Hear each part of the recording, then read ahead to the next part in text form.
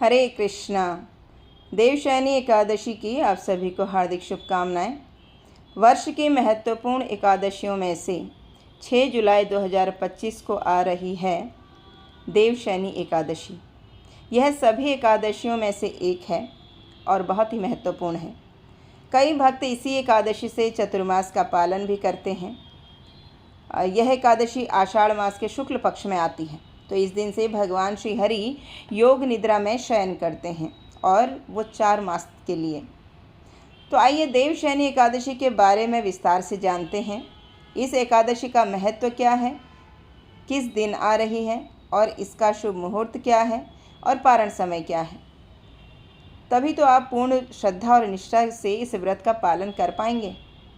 तो हमारे वैदिक शास्त्रों में आषाढ़ मास के शुक्ल पक्ष में आने वाली एकादशी को देवशयनी एकादशी, हरिशयनी एकादशी, पद्मा एकादशी या फिर देवपौड़ी एकादशी के नाम से जाना जाता है।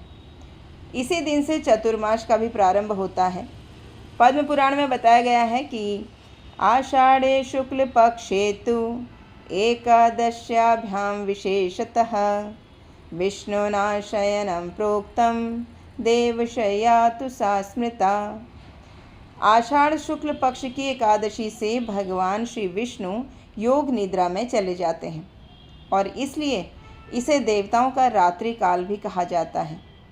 इस बार देवशयनी एकादशी 6 जुलाई 2025 रविवार के दिन आ रही है।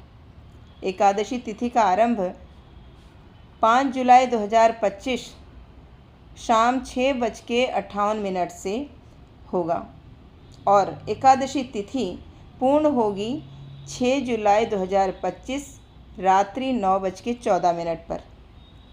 एकादशी व्रत के पारण का समय है 7 जुलाई 2025 प्रातः 5:30 से 10:11 तक।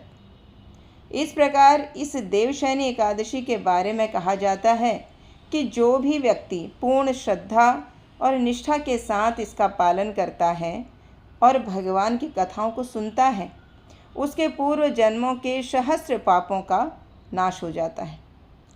चतुर्मास के इन 4 महीनों में वो समय बताया गया है जब व्यक्ति को अधिकाधिक ध्यान, जप, तप करना चाहिए। कई लोग एकादशी से चतुर्मास का पालन भी करते हैं, लेकिन इस्कॉन में चतुर्मास का पालन पूर्णिमा से किया जाता है। ये ऐसे 4 मास हैं जो आपको भगवान श्री कृष्ण की भक्तिमय सेवा का अवसर प्रदान कर रहे हैं। इन 4 महीनों में यदि आपने थोड़ा सा भी भक्तिमय कार्य किया तो आपका स्पिरिचुअल अकाउंट भक्ति से छलकने लगेगा। चातुर्मास के 4 मास इस प्रकार हैं। पहला श्रावण मास, दूसरा भाद्रपद, तीसरा अश्विन, चौथा कार्तिक मास। तो ये 4 महीनों में वर्षा भी अत्यधिक होती है, इसलिए इसे वर्षा काल भी कहा जाता है। इस मास में अपने शरीर और स्वास्थ्य का ध्यान रखना भी बहुत ही महत्वपूर्ण हो जाता है, क्योंकि इस समय अनेक प्रकार के कीट पतंगे हवा में फैलते हैं, अनेक बीमारियां भी आ जाती हैं। इसलिए 4 मास के अंदर खान पान का विशेष ध्यान रखना चाहिए। तो आचार्यों ने बताया है कि पहले मास श्रावण मास में हमें हरे पत्तेदार सब्जियों का सेवन करना वर्जित है। दूसरा भाद्र मास में दही का सेवन वर्जित है। तीसरा अश्विन मास में दूध का सेवन वर्जित है। चौथा कार्तिक मास में उड़द दाल की वर्जित बताया गया है।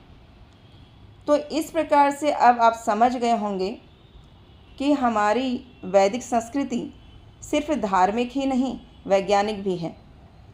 शास्त्र कहते हैं कि चतुर्मास में किया गया कोई भी आध्यात्मिक कार्य कई गुना अधिक फल प्रदान करता है। इस्कॉन में चतुर्मास व्रत पूर्णिमा से प्रारंभ किया जाता है। तो आप अपने जीवन को भक्तिमय बनाइए और कृष्ण प्रेम प्राप्त कीजिए। अपने नज़दीकी इस्कॉन मंदिर में जाकर इन 4 महीनों में भगवान की सेवा का कोई ना कोई जिम्मा लीजिए। अत्यधिक भगवान की लीलाओं का श्रवण कीजिए। दूसरों को बताइए भगवान के इस संदेश के बारे में।